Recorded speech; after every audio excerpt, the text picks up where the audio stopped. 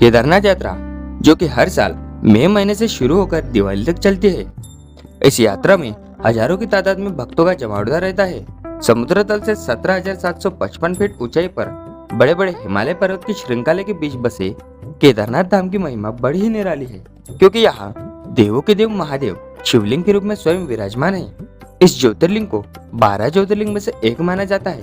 तो हर साल हजारों भक्त केदारनाथ यात्रा के लिए जाते हैं। अगर आपका भी केदारनाथ जाने का प्लान चल रहा है, लेकिन आपको यहाँ जाने की कोई जानकारी नहीं है, तो यह वीडियो खास करके आप लोगों के लिए है।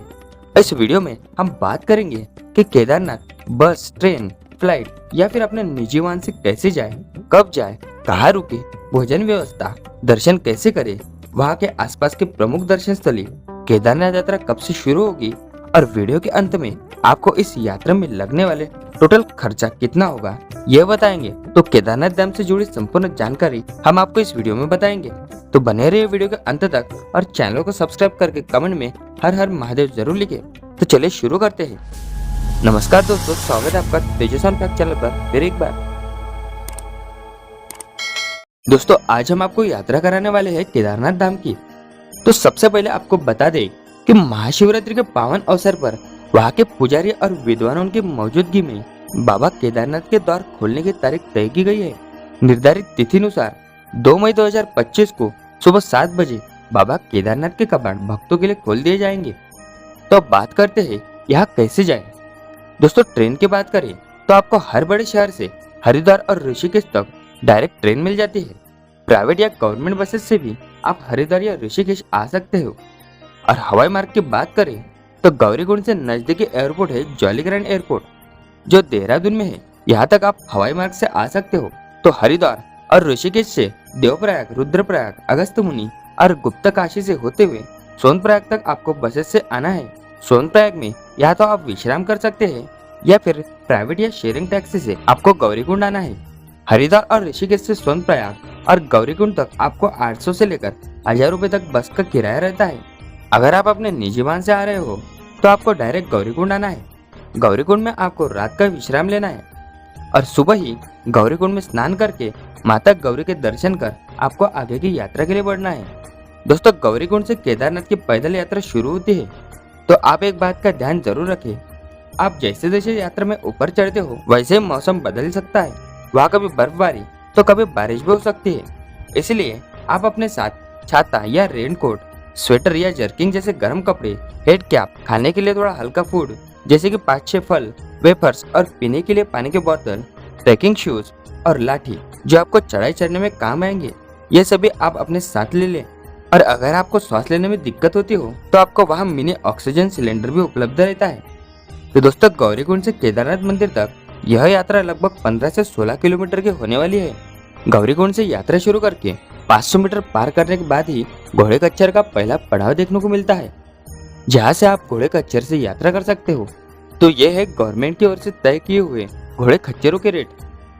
इसी तरह यहाँ पर खांदी पिट्टू और पालकी भी उपलब्ध रहती है, जो आपको 5 से 10-12 हजार में मंदिर तक और वहां से वापस लेके आते हैं।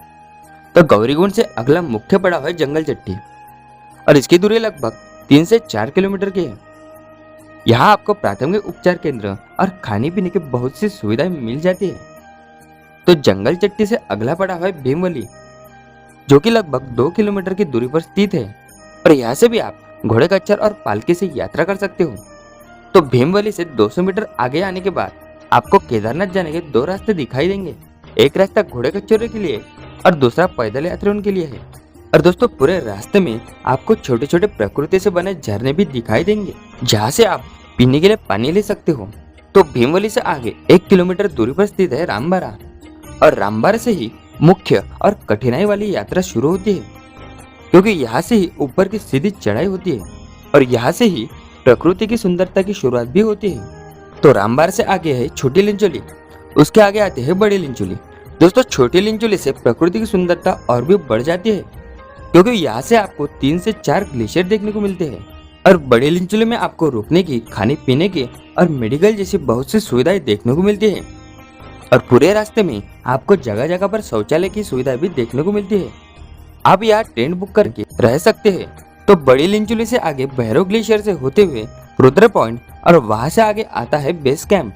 यह टोटल डिस्टेंस लगभग 4 किलोमीटर का है। बेस कैंप में आप रात बिता सकते हैं और यहाँ पर भी आपको खाने पीने की बहुत सी सुविधाएं मिल जाती है।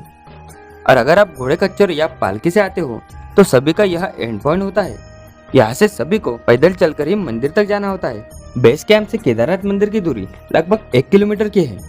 और अगर आप हेलीकॉप्टर से यात्रा करते हो तो आप गुप्तकाशी, फाटा या फिर सिरसी से हेलीकॉप्टर में बैठकर बेस कैंप से 500 मीटर की दूरी पर हेलीपैड बना हुआ है, यहाँ तक आप हेलीकॉप्टर से यात्रा कर सकते हो और यहाँ से आपको मंदिर तक जाना होता है। दोस्तों इस साइड से आप हेलीकॉप्टर की बुकिंग कर सकते हैं। और दोस्तों केदारनाथ धाम में भी आपको रहने की और खाने पीने की व्यवस्था देखने को मिलती है। अब यहाँ दर्शन की बात करें तो यहाँ आपको टोकन लेकर दर्शन प्राप्त होते हैं। केदारनाथ ज्योतिर्लिंग के दर्शन के बाद कुछ ही दूरी पर है भैरवनाथ का मंदिर, यहाँ पर भी आप दर्शन कर सकते हो। और मंदिर के पीछे ही भीमशिला और आदि गुरु शंकराचार्य जी का समाधि स्थल बना हुआ है। यहाँ के दर्शन तो आपको जरूर करना चाहिए। दोस्तों अब बात करते हैं टोटल बजट की, तो हरिद्वार ऋषिकेश से गौरीकुंड और गौरीकुंड से रिटर्न हरिद्वार या ऋषिकेश जाने आने का किराया लगभग 2000 से 2200 रुपए होता है।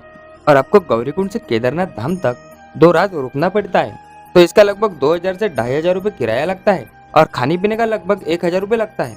तो यह यात्रा में सब मिलाकर 5000 प्रति व्यक्ति खर्चा लगता है। और आपको अपने गांव शहर से हरिद्वार या ऋषिकेश तक वो अलग खर्चा रहेगा।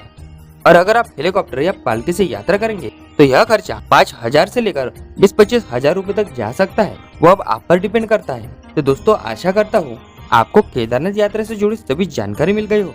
अगर आपको कोई और जानकारी चाहिए तो कमेंट में जरूर पूछिएगा। दोस्तों हमारे चैनल पर 4 धाम यात्रा, 12 ज्योतिर्लिंग यात्रा और सनातन धर्म से जुड़ी सभी तीर्थ यात्राएं और उसकी संपूर्ण जानकारी दी जाती है।